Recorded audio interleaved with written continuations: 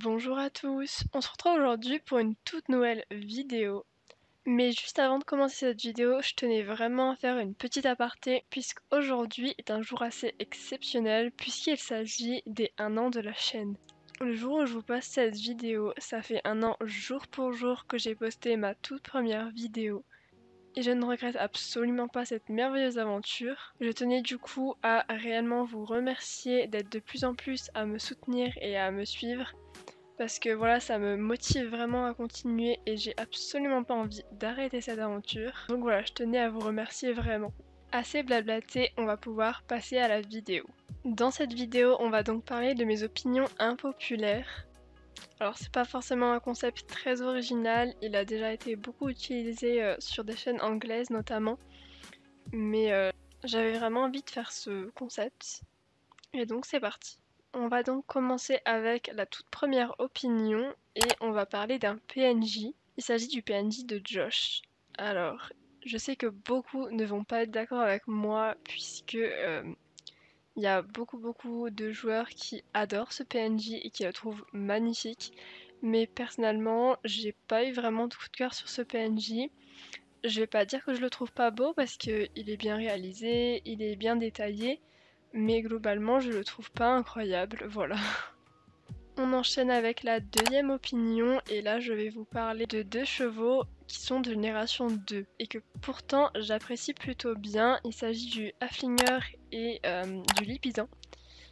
Alors c'est des chevaux qui commencent à se faire un peu vieux et qui sont assez peu détaillés, qui ont des robes assez lisses et globalement assez simples, même si il me semble que pour le Lipizzan on a quand même quelques robes assez travaillées. Mais voilà, c'est des chevaux qui n'ont pas encore eu de génération 3. Et voilà, je pense que, enfin en tout cas je l'espère, que les générations 3 seront plus jolies que les générations 2, mais comparé aux autres chevaux de génération 2, je ne les trouve pas affreux. Je ne dis pas que je m'en achèterai un jour forcément, peut-être, on verra bien. Mais voilà, je les trouve pas si mal. Globalement, leurs allures sont pas non plus très réalistes, mais je sais pas pourquoi, je trouve qu'ils ont leur charme et qu'ils sont plutôt mignons. On passe ensuite à une activité que beaucoup d'entre vous n'aiment pas faire sur SSO. Il s'agit de faire ses courses. Je sais que beaucoup trouvent cette activité ennuyante. Je vous avais d'ailleurs fait une petite vidéo astuce pour se motiver à faire ses courses.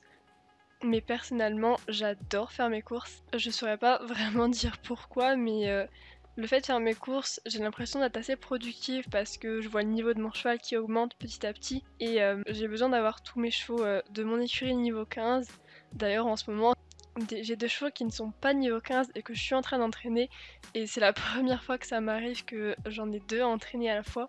Mais voilà, je suis vraiment quelqu'un qui adore faire ses courses et en général quand j'ai un nouveau cheval, il reste pas très longtemps en dessous du niveau 15. Ensuite, on poursuit avec une autre opinion. Alors là, je vais vous parler des gros chevaux. Pour ceux qui me suivent depuis un petit moment, vous le savez probablement, mais je ne suis pas une grande fan des gros chevaux.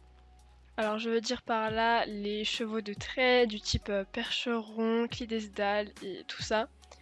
L'Irish Cob est l'exception, parce que j'adore les Irish Cob et je compte m'en acheter un très prochainement. Mais à part les Irish Cob, j'avoue que les gros chevaux, je les aime pas du tout. C'est pas vraiment que je les aime pas, mais parce qu'il y en a qui restent quand même très bien travaillés, comme le cheval sauvage, j'ai envie quoi, qui sont très bien détaillés, mais je sais pas pourquoi je m'en lasse en fait. Les chevaux très fluffy, c'est pas vraiment mon truc. Mais voilà, l'Irish Cob, c'est vraiment l'exception à la règle. On poursuit avec un autre type de chevaux que je n'apprécie pas particulièrement. Il s'agit des poneys. Globalement, les petits chevaux sur SSO, je ne suis pas non plus emballée. J'en ai quand même quelques-uns dans mon écurie. J'ai notamment un poney Gotland que j'avais acheté en vidéo. Et sur le moment, je le trouvais très beau. Et je le trouve encore très beau, mais c'est un peu comme les gros chevaux, je m'en suis un peu lassée. J'aime plus vraiment le monter et il s'est un peu retrouvé au fond de l'écurie abandonné. Après voilà, il y aura peut-être des exceptions à l'avenir qui arriveront sur le jeu, mais jusqu'à présent, il n'y a pas vraiment de poney que j'adore. même si j'en ai quand même pas mal dans mon écurie. Et aussi parce qu'au début, en étant Monstar, les poneys c'est plus facile d'accès. Ensuite, on va parler d'une région que j'adore particulièrement, mais qui pourtant n'est pas très récente. Il s'agit d'Epona. Je saurais pas vraiment dire si c'est une opinion impopulaire, puisque je pense que je ne suis pas la seule à apprécier cette région, mais les graphiques commencent tout doucement à être un petit peu anciens, même s'il y a 2-3 régions qui sont refaites un petit peu au goût du jour. Par exemple, juste derrière moi, on voit que les arbres sont quand même un minimum réalistes. Mais il y a vraiment des régions dans Epona dont j'adore l'atmosphère. C'est vraiment une ambiance très calme et apaisante, notamment l'endroit où je suis, le village du Croissant de Lune. C'est un endroit que j'adore. Il n'y a pas forcément grand chose à y faire, mais juste s'y promener. C'est un endroit super calme parce qu'en plus, il y a rarement beaucoup de monde. Mais vraiment, je trouve cet endroit ultra apaisant, ultra calme, ultra beau à regarder. Et ouais, vraiment, il y a des endroits comme ça à Epona que j'adore, alors qu'ils ne sont pas forcément très récents. On va parler maintenant des animaux de compagnie. Et ça, pareil, si vous me suivez depuis un moment, vous l'avez déjà remarqué, je suppose, je ne suis pas du tout une adepte des animaux de compagnie. Je n'en ai littéralement jamais. Je récupère juste les animaux de compagnie qu'on reçoit aux events, avec des codes, etc. Mais en dehors de ça, je n'en achète jamais et je n'en prends jamais. Globalement, il y en a quand même quelques-uns que je trouve beaux, plutôt bien faits, mais je sais pas, je suis pas fan du concept d'avoir un animal de compagnie avec soi pour galoper. Voilà, je suis pas emballée par cette idée.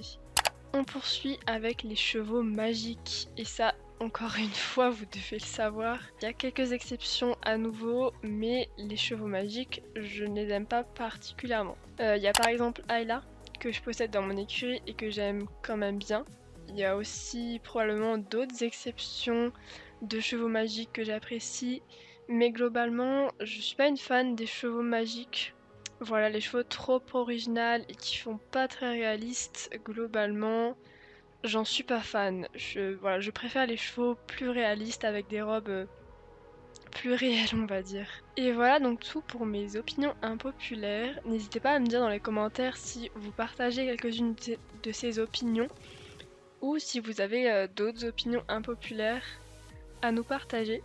Je suis curieuse de savoir. Sur ce, c'est la fin de cette vidéo. J'espère qu'elle vous aura plu. Si c'est le cas, n'oubliez pas de liker et de commenter. Si mon contenu vous plaît, n'hésitez pas à vous abonner. Et sur ce, je vous dis à très bientôt pour une prochaine vidéo. Bisous!